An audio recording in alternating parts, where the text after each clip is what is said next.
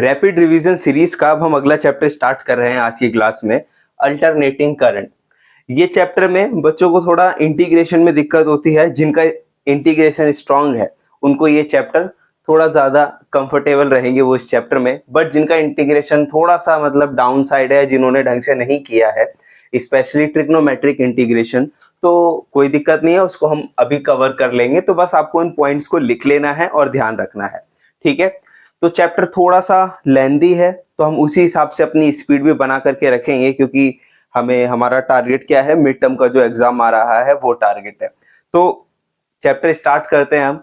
सबसे पहले हम जानते हैं कि जैसा चैप्टर हमारा है अल्टरनेटिंग करंट। अभी तक हमने जितने भी चैप्टर्स कवर किए हैं उसमें जो भी हमारी वोल्टेज की जो सोर्स होती थी वो डीसी सोर्स होता था, यानी कि वो बैटरी होती थी। इस बार जो सोर्स होगा हमारा डायरेक्ट करंट से हट करके अल्टरनेटिंग करंट हो जाएगा। सबसे पहला चीज जो हमें जाननी है कि आखिर ये एसी यानी कि अल्टरनेटिंग करंट होता क्या है। सिंपल है, एक ऐसा करंट जिसकी जो मैग्नीट्यूड है वो टाइम के साथ चेंज हो रहा हो और साथ साथ डायरेक्शन भी पीरियडिकली चेंज हो रही हो। देखो, एसी को यूजुअली जो हम रिप्रेजेंट करते हैं वो कुछ इस तरीके से रिप्रेजेंट करते हैं। ये जहां इस एक्सिस पर हमने रखा है टाइम और इस एक्सिस पर हमने रखी है करंट, ठीक है। अब अगर आप ध्यान से देखोगे तो करंट का मैग्नीट्यूड जैसे जैसे टाइम चेंज हो रहा है, करंट का मैग्नीट्यूड भी क्या हो रहा है, चेंज हो रहा है। वहीं अगर हम डीसी की बात करें, यहां रखा टाइम, ये रखी करंट। अब डीसी कुछ इस तरीके से होता है, ठीक है, इसको स्टेडी करंट भी बोलते हैं। इधर देखोगे तो टाइम के साथ ना तो डायरेक्शन चेंज हो रही है ना ही मैग्नीट्यूड चेंज हो रहा है। ऐसे करंट को हम बोलते हैं डीसी करंट, जो कि टाइम के साथ अपना मैग्नीट्यूड और अपनी डायरेक्शन कांस्टेंट रखे, चेंज ना करे। वही जस्ट उसका अपोजिट है अल्टरनेटिंग करंट। क्लियर है ये? बट एक चीज इसमें और ध्यान रखने वाली है, आपको इस चैप्टर में कुछ ऐसे करंट्स भी मिलेंगे, फॉर एग्जांपल जैसे ये है, ये हम थोड़ा सेमीकंडक्टर में भी थोड़ा इसके बारे में जानेंगे। ये भी एक तरीके का करंट है, बट अगर इसमें देखोगे इसको बोलते हैं पॉजिटिव साइकिल, इसको बोलते हैं नेगेटिव साइकिल। ये फिर से आ गई मेरी पॉजिटिव साइकिल। क्लियर है? इधर देखो सिर्फ कैसी साइकिल है, पॉजिटिव, है ना। तो क्या ये एसी है या डीसी है? तो ये एसी नहीं हो सकता क्योंकि इसकी डायरेक्शन चेंज नहीं हो रही। तो ये एक तरीके का हमारे पास डीसी है, बट प्योर डीसी नहीं है। सिमिलरली ऐसा भी हो सकता है, आपको कहां रिप्रेजेंट करो, ये ऐसी की जगह आपको इस तरीके का मिले, फ्लक्चुएशन हो। ऐसा करंट है जिसके अंदर थोड़ी बहुत फ्लक्चुएशन है, लेकिन इसमें भी डायरेक्शन चेंज नहीं हो रही, मैग्नीट्यूड चेंज हो रहा है। तो इसको आप फ्लक्चुएटिंग डीसी भी बोल सकते हो। इसका काम हम सेमीकंडक्टर में ज्यादा लेंगे। अभी सिर्फ आपको ये पता होना चाहिए कि अल्टरनेटिंग करंट एक ऐसी करंट होती है जिसका मैग्नीट्यूड उसके वोल्टेज का और करंट का टाइम के साथ चेंज होता रहता है। क्लियर है? तो अब हम क्वेश्चन आता है कि जो हमारी डीसी बैटरी होती थी उसकी वोल्ट अगर मैंने ले ली 10 वोल्ट, तो वो कांस्टेंट है। इधर हम इसका ईएमएफ या वोल्टेज कैसे लिखेंगे? तो देखो हम कैसे लिखेंगे, V इक्वल टू, आप देखोगे ये जो फंक्शन मैंने इधर बनाया है, क्या ये साइन फंक्शन है जो आपने ट्रिग्नोमेट्री में पढ़ा था? तो हम इसकी इक्वेशन अगर आप बोर्ड कंपेयर करोगे तो ये वेव की तरह भी है, जो आपने क्लास 11th में हमने वेव की इक्वेशन पढ़ी थी। डिस्प्लेसमेंट ऑफ वेव कितना होता था, a sin omega t plus five. जहां ये फाइव होता है इनिशियल फेज, कहां से स्टार्ट कर रहा है, यहाँ 0 से स्टार्ट कर रहा है, तो इसकी हमें अभी जरूरत नहीं है, ठीक है। अब इधर देखोगे तो ये a क्या है, मैग्नीट्यूड यानी कि मैक्सिमम वैल्यू। तो इधर देखो, अगर मैं थोड़ी देर के लिए अज्यूम कर लो, इस एक्सिस पर मैंने वोल्टेज ले रखी है, यहां मैंने टाइम ले रखा है, और ये जो मैक्सिमम पीक वोल्टेज जिसको बोलेंगे, इसको हम क्या बोलेंगे, पीक वोल्टेज, ठीक है। अगर इसकी वैल्यू V नॉट है इधर, तो इधर भी कितनी होगी, ये V नॉट, जस्ट पॉजिटिव और नेगेटिव का फर्क पड़ेगा। तो हम वोल्टेज को कैसे लिख सकते हैं, कांस्टेंट तो है नहीं, V naught sine omega T. Clear है क्या?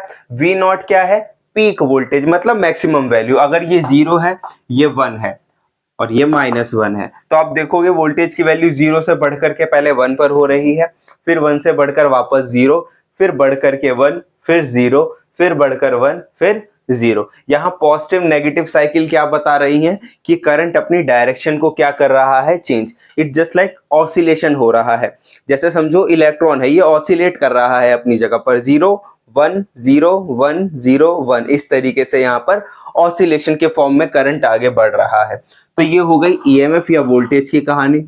अब अगर आपको पता लगाना है कि करंट क्या होगा, तो आप कुछ नहीं करो, दोनों साइड रेजिस्टेंस से डिवाइड कर दो, V नॉट अपॉन में R साइन ओमेगा टी, ठीक है। V अपॉन में R I टोटल करंट, ठीक है, टोटल तो नहीं बोल सकते, ये I करंट रिप्रेजेंटेशन हम इधर ले रहे हैं। V नॉट अपॉन में R नॉट, इसको बोलेंगे I not sine omega T, ठीक है।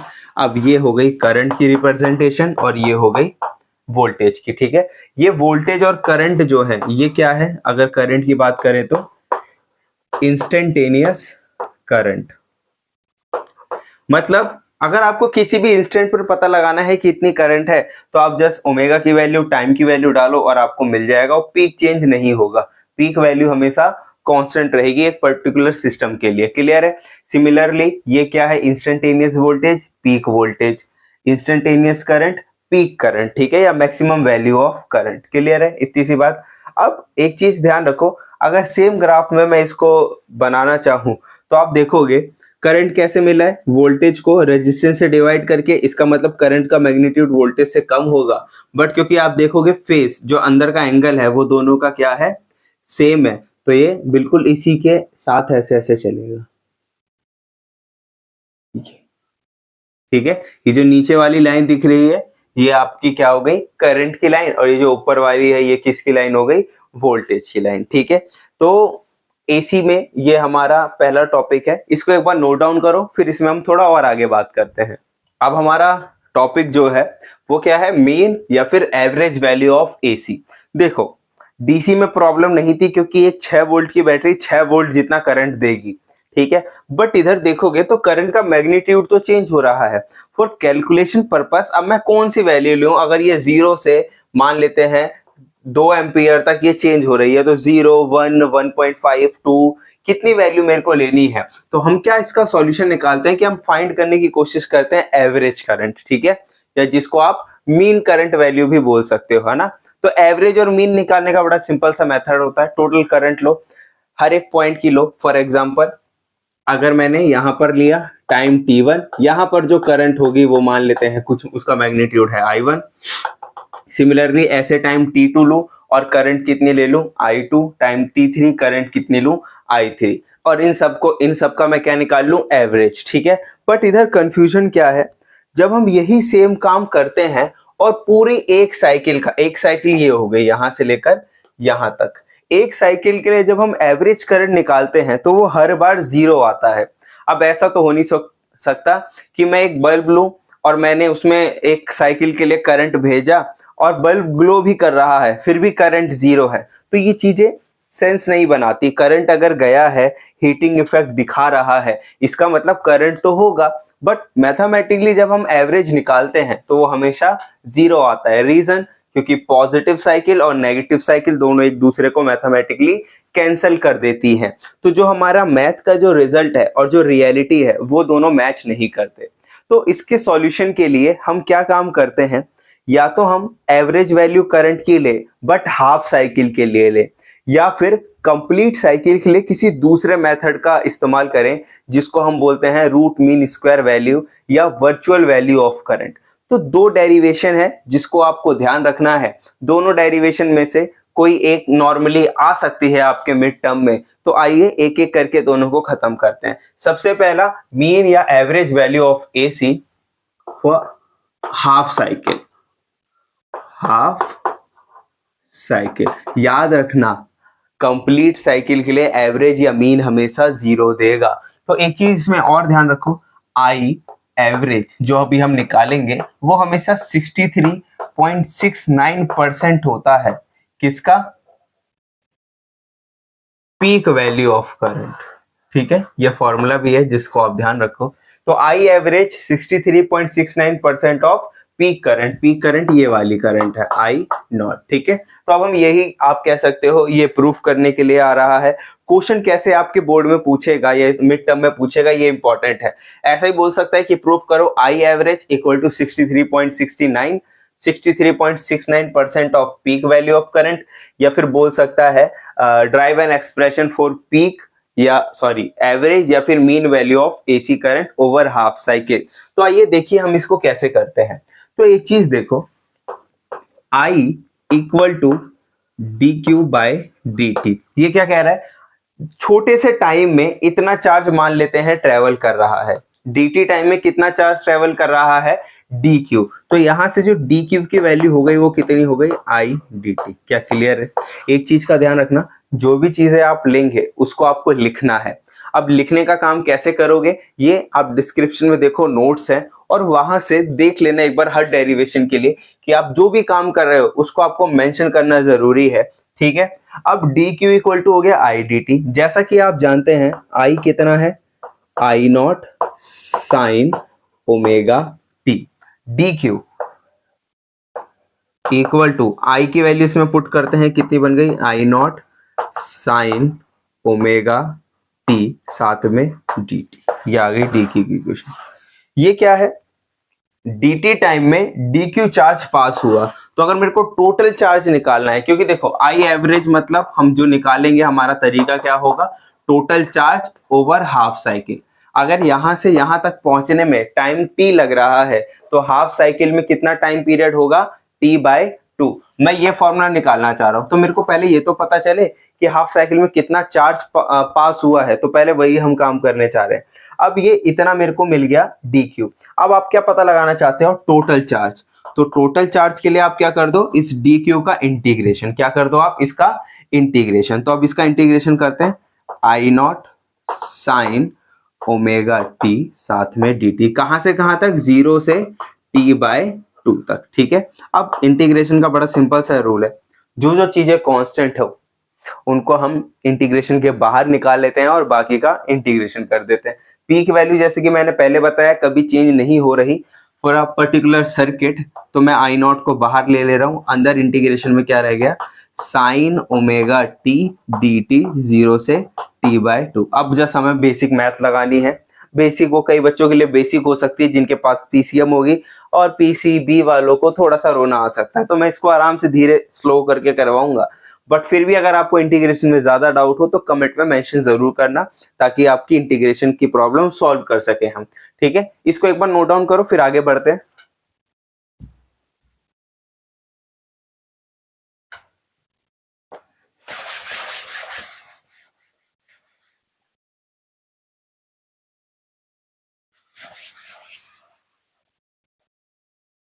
ठीक है, तो हमारा जो टोटल चार्ज आया वो कितना आया, आई नॉट बाहर, integration of sine omega T D T 0 से t/2। क्लियर?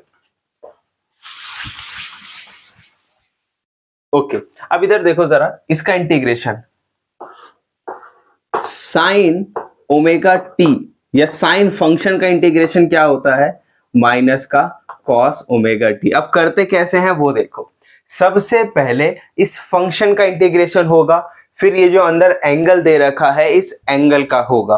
अब एंगल का डिफरेंशिएशन डिवाइड में आएगा, देखो कैसे करते हैं, टोटल चार्ज आई नॉट, सबसे पहले साइन ओमेगा टी का इंटीग्रेशन कितना होगा, minus cos omega T. Clear?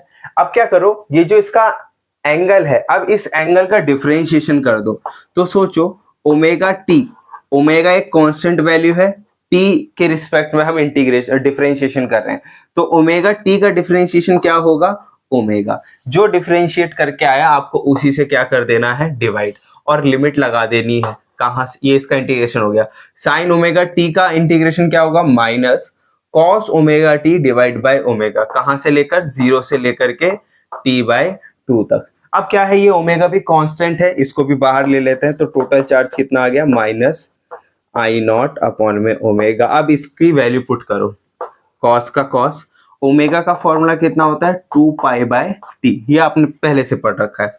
Cos omega क्या हो गया, 2π बाई टी, और स्मॉल टी की जगह जो लिमिट हमने पुट करी वो कितनी पुट करी, टी बाई टू माइनस, जब ये जीरो पुट किया तो ये पूरा जीरो बन गया, कॉस जीरो। क्लियर, क्यू का Q minus I not by omega. अब इधर देखो जरा, 2 से 2 गया, t से t गया, cos pi is 180 degree, cos 180 degree की वैल्यू होती है -1, माइनस cos 0 इज 1। ठीक है, तो ये कितना बन गया हमारा, q equal to minus minus, ये माइनस का 2 हो जाएगा, ये माइनस माइनस प्लस कर देगा, तो आई नॉट अपॉन में ओमेगा 1 और 1 2, तो ये बन गया 2, ये आपका आ गया चार्ज। ठीक है, अब हम क्या करते हैं, अपनी आई एवरेज की वैल्यू निकालने के लिए Q को टाइम से डिवाइड करते हैं और देखते हैं हमारा आंसर क्या आता है। इसको नोट डाउन कर लो एक बार। अब इधर देखो, I average is total charge, total charge क्या है, 2 आई नॉट अपॉन में ओमेगा कितना होता है, 2 पाई अपॉन में टी, और डिवाइड में टी बाय टू।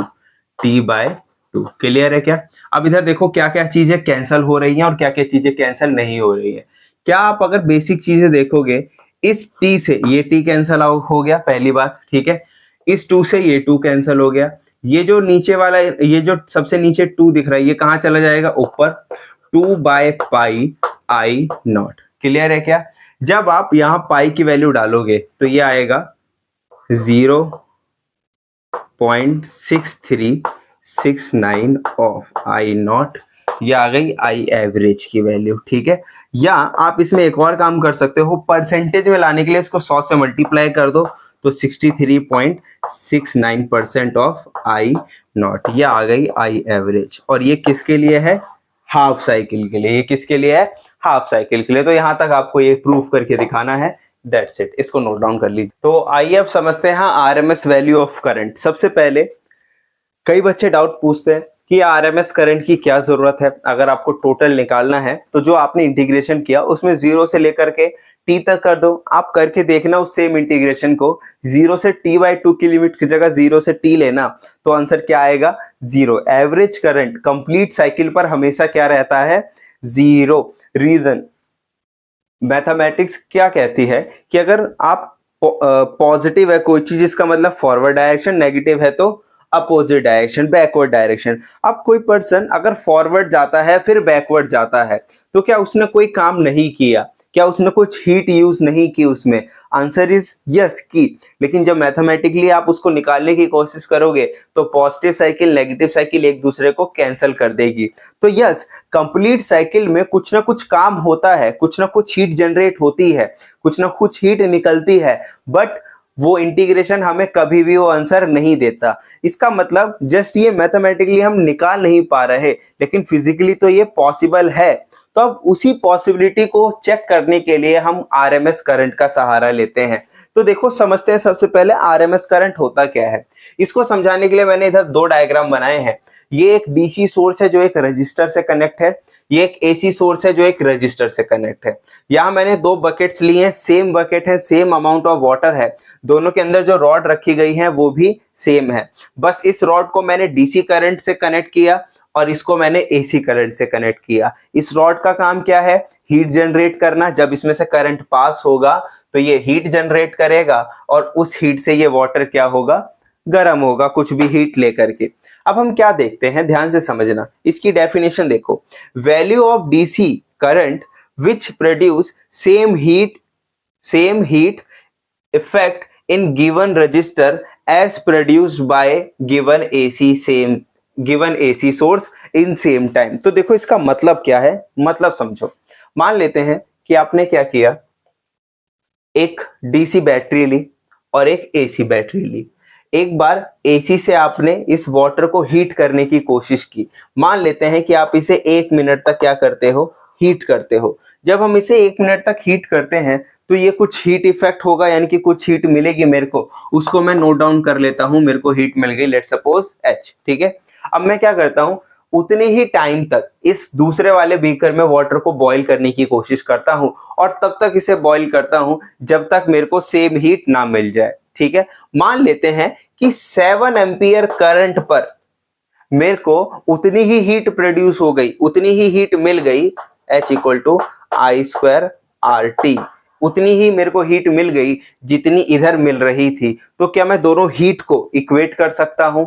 और यस, उतनी ही हीट जितनी हमें मिली होगी, इस करंट पर जितनी हीट मिली होगी, इधर जो करंट यूज किया है वो मेरा क्या कहलाएगा? RMS value of current. अब वापस से इसको पढ़ के देखो, वैल्यू ऑफ डीसी करंट या direct current which produces same heat effect या heating effect in a given resistor as produced by given alternating current in same time। तो सेम टाइम में जितना ये हीट प्रोड्यूस कर रहा है, और ये हीट प्रोड्यूस किस वजह से कर रहा होगा? करंट के वजह से। वही करंट क्या है? आरएमएस। अब इसको हम ड्राइव कैसे करेंगे वो देख लेते हैं। अगर आप चाहो तो इसको नोट डाउन कर सकते हो। तो आरएमएस वैल्यू को हम ड्राइव करने की कोशिश करते हैं।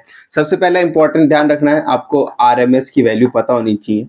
RMS is 70.7% of I average या पीक वैल्यू ऑफ करंट। ठीक है, आपको क्वेश्चन ये भी बोल सकता है ड्राइव करो आरएमएस करंट की वैल्यू, या ऐसे ही बोल सकता है प्रूफ करो कि I RMS is 70.7% of peak value of current. ठीक है, अब इधर देखो जरा, एक सेकेंड, कैमरा चल रहा है? ओके, ठीक है। हाँ, अब देखो जो आरएमएस करंट है मेरा, हम उसको ड्राइव किस तरीके से करेंगे? ठीक है, तो सपोज एन एसी करंट या alternating current I equal to I not sine omega T passing through a resistor R।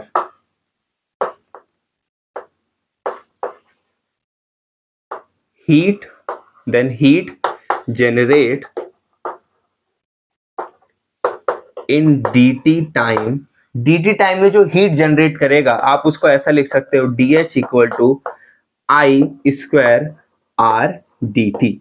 यहां पर dH का dH, आई की वैल्यू पुट करो, ये रही आई की वैल्यू, मैंने लिखी कहां, मैं भूल गया, ये लिखी है। ठीक है, तो इसका स्क्वायर करेंगे, आई नॉट का square sine square omega T R D T. तो टोटल हीट अगर आपको निकालनी है कितनी जनरेट करेगा एक कंप्लीट साइकिल में, यानी कि टी टाइम में, तो आप क्या करोगे? इसी का इंटीग्रेशन कर दोगे। सो आई नॉट का square sine square omega T R D T, कहां से कहां तक? 0 से लेकर के टी तक। अब जो जो चीजें कांस्टेंट है उनको हम बाहर ले सकते हैं। आई नॉट स्क्वायर बाहर आ गया, आर बाहर आ गया, अंदर क्या रह गया?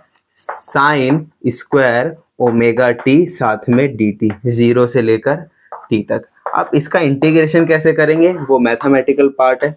ठीक है, पहले इसको नोट डाउन करो, फिर हम आगे बढ़ते हैं। ठीक है, ठीक है। अब इधर देखो, साइन स्क्वायर ओमेगा टी, इसका इंटीग्रेशन डायरेक्ट पॉसिबल नहीं है। डिफरेंशिएशन में से पावर ऐड करते थे और जितनी पावर आ जाए उससे डिवाइड कर देते थे।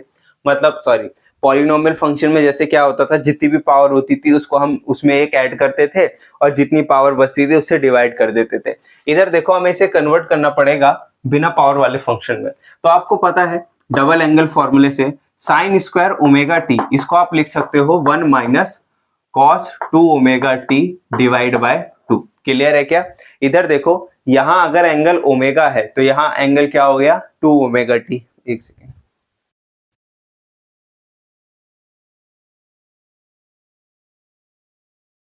ठीक है। हाँ, तो अब हम क्या कर रहे हैं, ये वैल्यू इधर पुट करते हैं। h equal to I not square R 0 से लेकर t sine square omega T की जगह 1 माइनस, सबसे पहले नीचे वाला 2 कांस्टेंट है उसको बाहर ले लेते हैं, cos 2 ओमेगा टी, कहां से कहां तक? सॉरी, अभी हमने इसका इंटीग्रेशन नहीं किया, dt। तो सबसे पहले इसका इंटीग्रेशन करेंगे, फिर इसका इंटीग्रेशन करेंगे, एक एक करके दोनों का कंप्लीट करते हैं। I not square R divide by 2। अब इधर देखो, सबसे पहला 1 का इंटीग्रेशन dt के रिस्पेक्ट में कितना हो जाएगा? t, और लिमिट कहां से कहां तक चढ़ेगी? 0 से लेकर के t तक, माइनस cos का इंटीग्रेशन क्या होता है? साइन 2 ओमेगा टी, cos का होता है प्लस साइन। ठीक है, और डिवाइड में 2 ओमेगा टी का डिफरेंशिएशन कितना होगा? 2 ओमेगा। देखो, ओमेगा टी का डिफरेंशिएशन था ओमेगा, 2 ओमेगा टी का कितना होगा? 2 ओमेगा। तो मैंने 2 ओमेगा से क्या करा? डिवाइड, और इसमें लिमिट चढ़ा दी, कहां से कहां तक, 0 से लेकर t तक। ठीक है, अब बस हमें इसकी लिमिट सॉल्व करनी है और हमारा आंसर आ जाएगा h equal to I not square r upon में 2। साथ में इधर देखो t माइनस 0, इधर बन गया t माइनस, ये 2 ओमेगा नीचे कांस्टेंट है, इसको बाहर ले लेते हैं। अब इसके अंदर वैल्यू पुट करते हैं। सबसे पहले इसकी जगह ये अपर लिमिट साइन 2 ओमेगा की वैल्यू होती है 2 पाई बाय टी, और स्मॉल टी की जगह एक बार हमने पुट किया capital T minus upper limit minus lower limit. जैसे ही आप इसमें पुट करते हो ये हो जाएगा साइन 0। साइन 0 कितना होता है 0, टी से टी गया साइन 4 पाई। ध्यान से देखो ये 0, जब पूरा चक्कर लगाया तो 2 पाई, एक और चक्कर लगाया तो 4 पाई। इस एक्सिस पर साइन की हमेशा वैल्यू 0 होती है, 0 पर, 2 पाई पर, 4 पाई पर, 8 पाई पर, 6 पाई पर, सब पर 0 होती है। तो ये वाली वैल्यू भी क्या हो गई 0। तो आप देखोगे ये वाला टर्म आपका पूरी तरीके से क्या हो चुका है, कैंसल आउट हो चुका है। तो आपका जो हीट का फॉर्मूला आया वो कितना आ गया, आई नॉट स्क्वायर आर बाय 2, और साथ में सिर्फ इधर क्या बचा है टी। ये मेरी हो गई इक्वेशन नंबर सेकंड। अब देखो ये हीट हमने अल्टरनेटिंग करंट से निकाली, इधर जो डिवाइस मैंने मिटा दिया, यहां मैंने एक डायग्राम बनाया था जिसमें एक रजिस्टर से अल्टरनेटिंग करंट गई थी dt टाइम में, तो टोटल टाइम में कितनी हीट जनरेट हुई इतनी। ठीक है, अब हम देखते हैं सेम दूसरी तरीके से हम हीट निकालते हैं जो कि इफेक्टिव या आरएमएस वैल्यू होगी, और दोनों को क्या कर देते हैं, इक्वेट कर देते हैं। इसको नोट डाउन कर लो नाउ। अब इसके आगे बढ़ते हैं। हाँ, let RMS value of AC is I RMS. तो इतने में अब हीट कैसे जनरेट होगी उसको आप लिख सकते हो H equal to I RMS का square R T. Same resistor है, सेम टाइम ड्यूरेशन के लिए हमने ये किया है। इसको इक्वेशन नंबर क्या लिख रहे हैं 3, AC DC। अब दोनों की हीट सेम होगी, so from second and third equation हम इन दोनों को अगर कंपेयर करें, सॉरी यहाँ कंप्लीट साइकिल के लिए मेरे को टाइम इधर कैपिटल टी लेना चाहिए, दोनों को अगर मैं बराबर रखता हूं तो क्या है I square R M S R T equal to I not square R T by 2।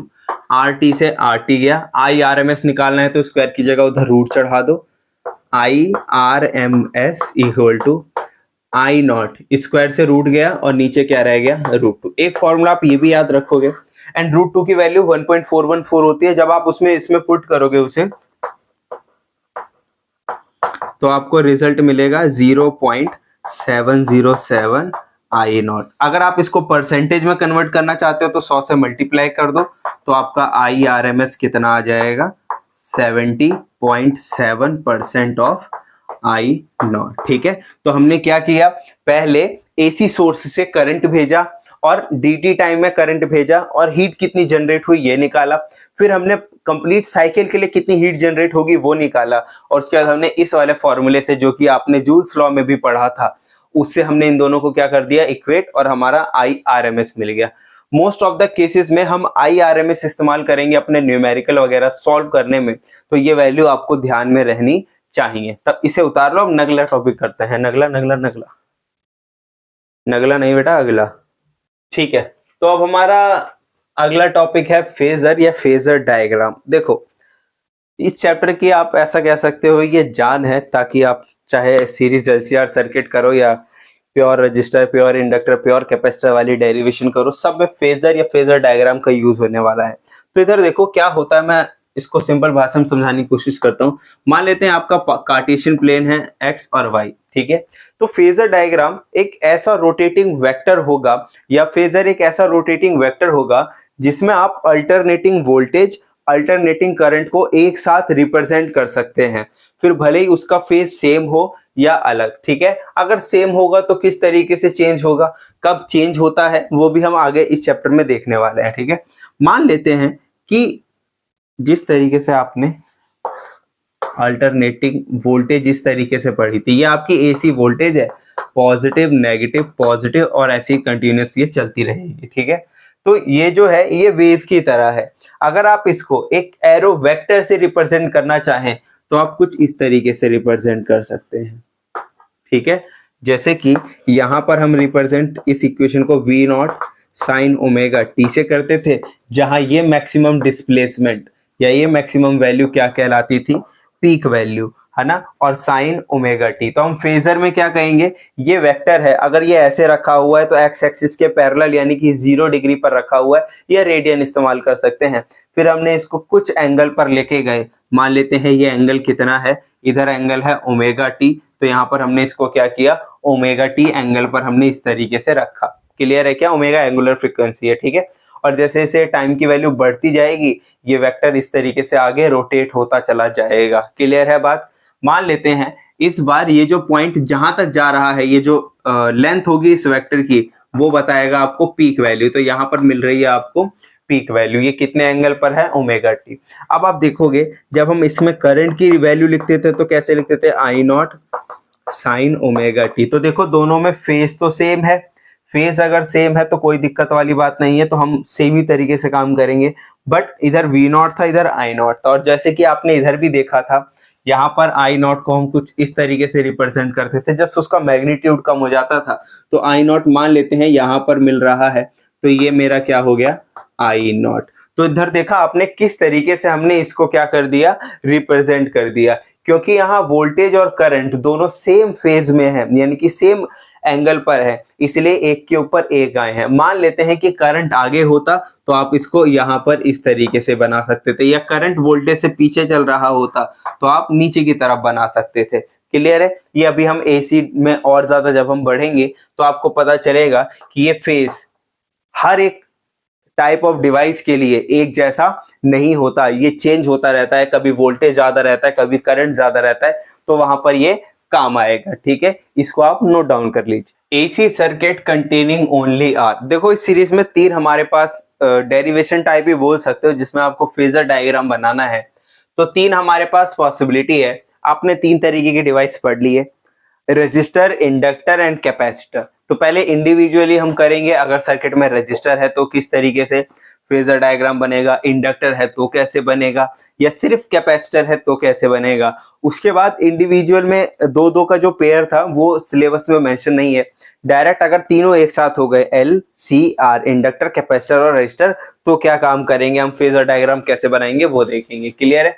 तो सबसे पहला AC circuit containing only R. अगर रजिस्टर है तो वोल्टेज की वैल्यू जो हमारी होगी V naught sine omega t.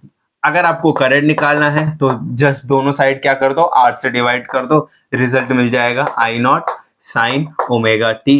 From equation 1 and 2 अगर आप इसका फेजर डायग्राम बनाना चाहोगे, वैसे अभी मैंने बनाया था, ये वाई एक्सिस और ये एक्स एक्सिस है, तो ये रहा वोल्टेज और यहाँ पर मिल रही है आपको पीक वैल्यू, और ये रहा आपका करंट आई नॉट, और ये कितने एंगल पर है, ओमेगा टी। दोनों सेम एंगल पर है, कोई भी इसमें दिक्कत वाली बात नहीं है। तो हाँ बस ये इतना ही था, कुछ नहीं किया आपने, इसमें दोनों साइड क्या किया, आर से डिवाइड किया और आपको करंट मिल गया।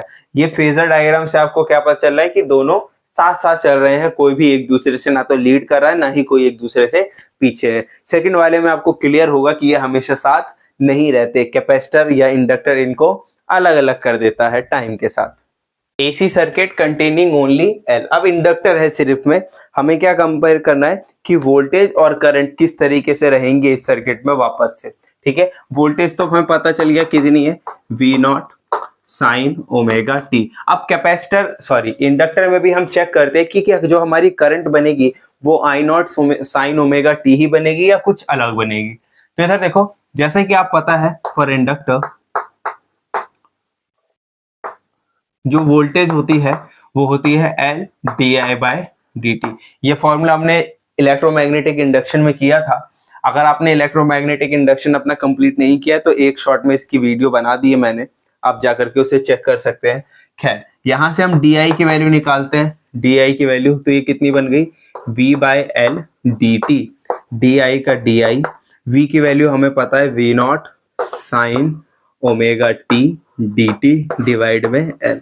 अब इधर दोनों साइड इंटीग्रेशन करेंगे तो टोटल करंट मिल जाएगा आई इक्वल टू, इंटीग्रेशन करने के लिए जो कांस्टेंट वैल्यू है, पीक वैल्यू कांस्टेंट होती है एल। इंडक्टर, किसी इंडक्टेंस का कितना हो, किसी इंडक्टर का इंडक्टेंस जो होता है वो कितना होता है, mu not an square A by L. Again ये सारी चीजें कांस्टेंट है इस इंडक्टर के लिए, तो आप इसको भी बाहर ले सकते हो। अंदर क्या रहेगा आपका, sign omega T D T. अब इसका इंटीग्रेशन करना है तो देखो ध्यान से, आई का I, V nought by L, sine का इंटीग्रेशन क्या होगा, minus cos omega t divide by omega. तो डिवाइड में यहां ओमेगा लिखने की जगह मैं क्या लिख दे रहा हूं, ओमेगा। क्लियर है। अब इधर अगर हम कंपेयर करने जाएंगे, पिछले जब इधर प्योर रजिस्टर लगा था तो जो करंट निकलता था दोनों साइड आर से डिवाइड करके निकलता था, तो वो होता था I equal to I not sine omega t. इधर देखो कंपेयर करना कितना सिंपल है, साइन साइन मैग्नीट्यूड और यहाँ अंदर एंगल ओमेगा टी, तो आपको पता चल रहा है कि अंदर एंगल क्या है, ओमेगा है, ओमेगा टी है सॉरी। ठीक है, तो आप कंपेयर कर सकते हो। बट इधर प्रॉब्लम क्या है, यहाँ कॉस आ रहा है इस करंट में और यहाँ साइन आ रहा है, तो आप इनको ना कंपेयर नहीं कर पाओगे। वीडियो चल रही है, ठीक है, तो हम इनको कंपेयर नहीं कर पाएंगे, इसलिए हम क्या करते हैं, इस कॉस को कन्वर्ट करते हैं साइन में। तो देखो किस तरीके से करेंगे, आई इक्वल टू, एक और चीज जो आपको ध्यान रखने वाली है इधर जरूरी है कि जब हम इस V नॉट को रेजिस्टर से डिवाइड करते थे तो साइन या कॉस के आगे जो भी टर्म रहता है वो बताता है हमें पीक करंट। बट ये कहीं से भी हमें पीक करंट की तरह दिख रहा है क्या, आंसर इज नो। ध्यान से देखो कैसे आप पहचानोगे इसे, माइनस वोल्टेज अपॉन में रजिस्टर, वोल्टेज अपॉन में रेजिस्टेंस क्या होता था, करंट जो कि रजिस्टर के अक्रॉस होता था।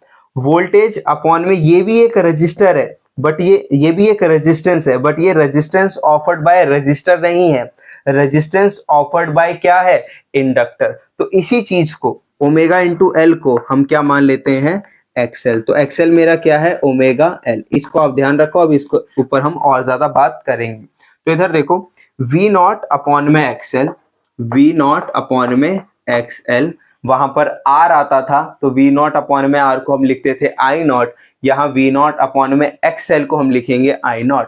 और इधर देखो कॉस ओमेगा टी, इसको साइन में चेंज करेंगे, sine pi by 2 minus omega T. Clear. आप चाहो तो इस नेगेटिव साइन को अंदर भेज दो या भेज ही देते हैं ताकि हम अच्छे से कंपेयर कर पाए।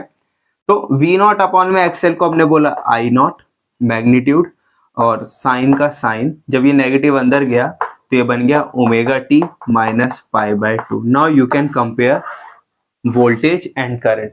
अब इस इक्वेशन को और इस इक्वेशन को अगर आप कंपेयर करते हो, मैग्नीट्यूड साइन फंक्शन, यहां फेज है ओमेगा टी, रजिस्टर में भी करंट का फेज था ओमेगा टी, तो phase difference omega t minus omega t zero आ रहा था। जब रजिस्टर होता है तो फेज डिफरेंस जीरो होता है, ना ही वोल्टेज लीड करता है ना ही करंट लीड करता है। बट इधर देखो दोनों इक्वेशन को फेज वाइज दोनों में से कौन लीड कर रहा है, वोल्टेज है ओमेगा टी, वही यहां पर करंट देखोगे तो ये पाई बाय 2 पीछे चल रहा है। तो AC circuit containing only inductor या प्योर इंडक्टर, इसके अंदर जो हमारी वोल्टेज है वो क्या करती है, lead by current by phase difference of pi by 2। तो आपसे ये क्वेश्चन एमसीक्यू में ही पूछ सकता है कि ऐसा कौन सा सर्किट है जिसमें एल कंडक्टर एल सी होगा या आर होगा जब वोल्टेज लीड करती है बाय फेज पाई बाय 2। इसको नोट डाउन करो, यहाँ हमने एक नया टर्म इंट्रोड्यूस किया जो आपने कभी नहीं सुना इससे पहले, एक्सएल। इसके ऊपर थोड़ी और बात कर। अभी सांस लेने तुम्हें तुमने कहा, ठीक है। हाँ, तो अब हम इसका फेजर डायग्राम बनाते हैं वापस से। सबसे पहले वोल्टेज को रिप्रेजेंट करते हैं, ये है मेरा वोल्टेज, ये मेरी पीक वैल्यू वी नॉट बोल सकते हो आप इसे। कितने फेज पर है ये, ओमेगा टी, तो मैंने यहां मेंशन कर दिया ओमेगा टी। ठीक है, ये वोल्टेज है बाय इंडक्टर, तो आप इसे वीएल से मेंशन कर सकते हो। अब करंट को रिप्रेजेंट करते हैं, क्या मैग्नीट्यूड कम होगा, यस। तो आप जितनी लेंथ का मैग्नीट्यूड इसका है उतना नहीं बनाएंगे, इस चीज का आप खास ध्यान रखें। ठीक है, तो मैं करंट बनाता हूं, करंट 90 डिग्री आगे है π/2 रेडियन आगे है या π/2 रेडियन पीछे है, तो इसके π/2 पर हम जाएंगे और ये इस तरीके से बदल कर देंगे। This is your current in inductor. Clear है क्या? और ये देखोगे सेम कितने पीछे है ये π/2। तो ये फेजर डायग्राम है। आपसे पूछेगा कि एसी सर्किट में फेजर डायग्राम बनाओ और वोल्टेज करंट को कंपेयर करो, इस तरीके से आपसे पूछ सकता है। तो अभी जैसा कि मैंने कहा, मैंने एक टर्म इंट्रोड्यूस किया था एक्सेल, उसके ऊपर थोड़ा सा बात कर लेते हैं। What is X L? ठीक है, इसको हम बोलते हैं resistance offered by inductor. X L की वैल्यू क्या होती है? Omega into L. Omega is angular frequency, आप इसे ऐसा भी बोल सकते हो, एक्स लिख दिया, एक्स एल 2 पाई फ्रीक्वेंसी न्यू एल। ठीक है, इंडक्टेंस कांस्टेंट, पाई कांस्टेंट, 2 कांस्टेंट, तो एक्सेल इंडक्टर ये किसके ऊपर, sorry, resistance offered by inductor या इफेक्टिव रिएक्टेंस ये किसके ऊपर डिपेंड कर रहा है? फ्रीक्वेंसी पर। इस चीज का आप ध्यान रखेंगे। तो अगर हम इसको ध्यान रखते हुए एक ग्राफ बनाएं, यहाँ एक्सेल बनाएं और यहाँ फ्रीक्वेंसी बनाएं, तो आपको पता चलेगा डायरेक्ट ये स्ट्रेट लाइन ग्राफ बनेगा। ये थोड़ा सा आप ग्राफ अपना सुधार लेना, ये थोड़ा और ऊपर जाएगा। ठीक है, एकदम स्ट्रेट लाइन बनेगा। इसमें ध्यान रखने वाली बात क्या है? अगर एक चीज इंपॉर्टेंट है, आप नोट डाउन कर लिया है ना आपने इसे? ठीक है, इधर देखो, अगर हम इसमें कंपेयर करें एसी वर्सेस डीसी करंट, ठीक है, तो यहाँ पर मैं रखता हूं डीसी और यहाँ पर मैं रखता हूं एसी। ठीक है, आपको पता है डीसी के लिए जो फ्रीक्वेंसी होती है वो 0 होती है। फ्रीक्वेंसी मतलब कितनी बार ऑसिलेट कर रहा है with in a second, but इधर तो कुछ ऑसिलेशन होता ही नहीं है, करंट एकदम डायरेक्ट होती है, यानी कि उसमें कोई भी फ्लक्चुएशन नहीं है। बट इधर जो फ्रीक्वेंसी है वो 0 नहीं है, उसकी कुछ परफेक्ट वैल्यू है, हम बोल सकते हैं फाइनाइट वैल्यू है, FINITE स्पेलिंग। ठीक है, ठीक है, तो अब इधर फ्रीक्वेंसी 0 है और फ्रीक्वेंसी रजिस्टर पे रेजिस्टेंस पे कैसे डिपेंड कर रही है? डायरेक्टली। तो इधर जो इसका एक्सेल होगा वो क्या होगा? अगर सोचो, डायरेक्ट डिपेंड कर रहा है, अगर फ्रीक्वेंसी 0 है तो एक्सेल भी क्या हो जाएगा? 0 हो जाएगा। बट इधर एक्सेल क्या रहेगा? फाइनाइट। फाइनाइट का मतलब कुछ पर्टिकुलर इसकी वैल्यू होगी। तो एक चीज समझ में आई है, अगर मैं एक सर्किट में इंडक्टर लगा दूं, ठीक है, और डीसी सप्लाई करो, तो रेजिस्टेंस 0 है, इसका मतलब ये करंट को क्या करेगा? अलाउ करेगा। ठीक है, अलाउ करेगा और बहुत रैपिडली इसको अलाउ करेगा कंपैरेटिवली एसी के। एसी में भी करंट को अलाउ करेगा क्योंकि रेजिस्टेंस है, कुछ ना कुछ है, बट किसमें करंट इजीली फ्लो होगा और फास्ट फ्लो होगा? डीसी सर्किट में। क्लियर है क्या आपको? सिर्फ अगर उसमें इंडक्टर लगा होगा। तो ये भी आपसे पूछ सकता है एक आध नंबर में, ये ग्राफ इंपॉर्टेंट है, note down. AC circuit containing only capacitor. अब एक कैपेसिटर लगा है, एसी सोर्स है, तो वोल्टेज मेरे को पता है, मेरे को पता लगानी है करंट की इक्वेशन, जिससे मैं पता लगाऊंगा कि इस बार फेज डिफरेंस 90 डिग्री आगे आता है, पीछे आता है, सेम रहता है, किस तरीके से। तो फॉर कैपेसिटेंस आपको पता है Q इक्वल टू CV, है ना, total charge equal to CV। अगर आप दोनों साइड इसका डिफरेंशिएट कर दो, dq by dt with respect to time, obviously अब ये C जो चीज होती है ये होती है A epsilon naught by D, तो ये सब कांस्टेंट है, तो इसको हम डिफरेंशिएशन के बाहर ही रखते हैं। V चेंज हो रहा है क्योंकि AC है, DC होता तो ये भी क्या रहता? कांस्टेंट रहता, तो इधर dv बाय dt। अब इसका डिफरेंशिएशन करते हैं। ये चीज तो करंट हो गई, क्या आपको समझ में आ गया? dq by dt is current equal to C का C। इधर इसका डिफरेंशिएशन हम इसको ऐसा भी लिख लेते हैं, d by dt of v। v कितना है? v naught sine omega t। थोड़ा सा ध्यान रखते हुए चलो आप, v नॉट कांस्टेंट बाहर, C v नॉट, साइन का differentiation cos omega t into, अब ओमेगा t का डिफरेंशिएशन ओमेगा। क्या क्लियर है? अगेन वापस है, मैं वही प्रॉब्लम हो रही है कि यहाँ कॉस आ रहा है, यहाँ साइन आ रहा है, तो हमें फिर से क्या करना पड़ेगा? इसको चेंज करना पड़ेगा, वो हम करते हैं। दूसरी प्रॉब्लम एक और चीज है, ये जो वोल्टेज है इसको हम डिवाइड करते हैं रेजिस्टेंस से, तभी तो मेरे पास करंट आता है I नॉट। तो मैं क्या करता हूं? I इक्वल टू, इसको ध्यान से देखो, V नॉट एक सी है कांस्टेंट और दूसरा ओमेगा कांस्टेंट, या ओमेगा इंटू सी भी लिख सकते हो। क्या इस सेम चीज को मैं ऐसा लिख सकता हूँ 1/ओमेगा सी। अल्टीमेटली ये 1 के नीचे है, सबसे नीचे, तो इसको जाना तो ऊपर है, तो ये जो ऊपर वाली इक्वेशन लिखी है और ये जो नीचे वाली इक्वेशन लिखी है, बस रिप्रेजेंटेशन का तरीका मैंने चेंज कर दिया, बाकी ये ऊपर और नीचे दोनों सेम चीज है। ठीक है, अब ये जो टर्म आ रहा है 1/ओमेगा सी, इसको हम नाम दे रहे हैं X C, resistance offered by capacitor, यानी कि ये एक्सी हो गया। अब देखो इधर हम चेंज करते हैं ताकि हम कंपेयर कर सके। आई इक्वल टू, है ना, वी नॉट अपॉन में एक्स सी, और कॉस को हम चेंज करेंगे sign y/2 plus omega T में। ठीक है, अब आई वोल्टेज अपॉन में resistance is your I not, इसको हम आई बोल देते हैं, वैसे फर्क नहीं पड़ रहा, आप कैपिटल में भी ले सकते हैं, कोई दिक्कत नहीं है। ठीक है, साइन, इसको हम थोड़ा ऐसे लिख दें, omega t plus π/2। Now done. ठीक है, अब आप दोनों इक्वेशन को कंपेयर करो, magnitude magnitude, sine sine function, इधर है ओमेगा टी, इधर ओमेगा टी प्लस π/2, यानी कि ओमेगा टी में कुछ ऐड हो रहा है, तो यहाँ साफ साफ पता चल रहा है AC circuit containing only capacitor या capacitor current lead by voltage by phase difference π/2। तो इस बार कौन लीड कर रहा है? करंट लीड कर रहा है AC circuit containing only capacitor में। ठीक है, अब इसका भी फेजर डायग्राम बना लेते हैं हम। देखो पहले इसको आप नोट डाउन कर लो।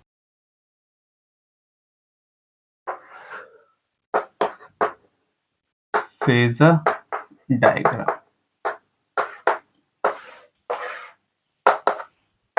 ठीक है। अब इधर देखो, पहले वोल्टेज को रिप्रेजेंट कर देते हैं, ये इस तरीके से ओमेगा टी एंगल पर है और ये वैल्यू आपकी वी नॉट है।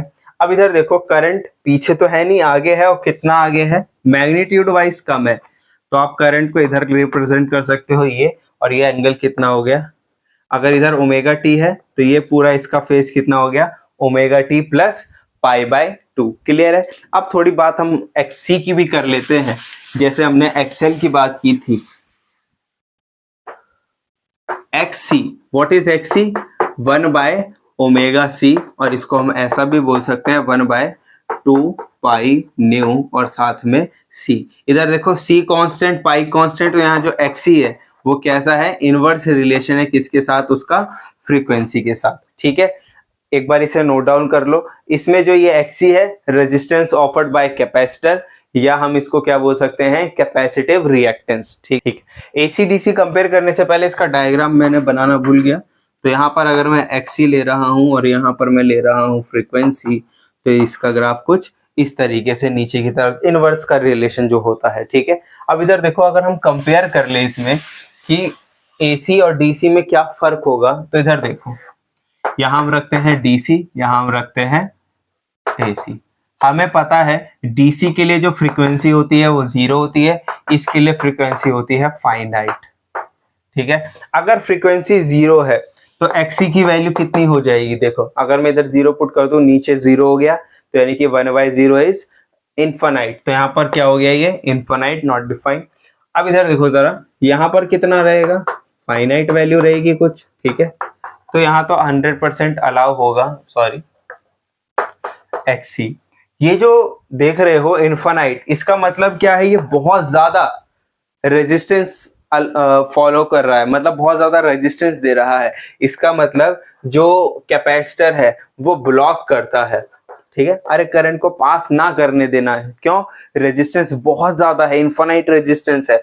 तो नॉर्मली आप देखोगे इस कैपेसिटर को हम यूज करते हैं सेमीकंडक्टर में। एक डिवाइस के बारे में हम पढ़ेंगे, full wave rectifier, half wave rectifier. Rectification के लिए भी हम इसको यूज करते हैं, क्योंकि ये अलाउ नहीं करता। तो जो हमारा कैपेसिटर है वो डीसी को क्या करता है? ब्लॉक, और एसी को क्या करता है? अलाउ। ये बड़ा इंपॉर्टेंट टर्म है जो हमें एक डिवाइस तक लेकर के जाएगा। ठीक है, इसको भी आप नोट डाउन करें।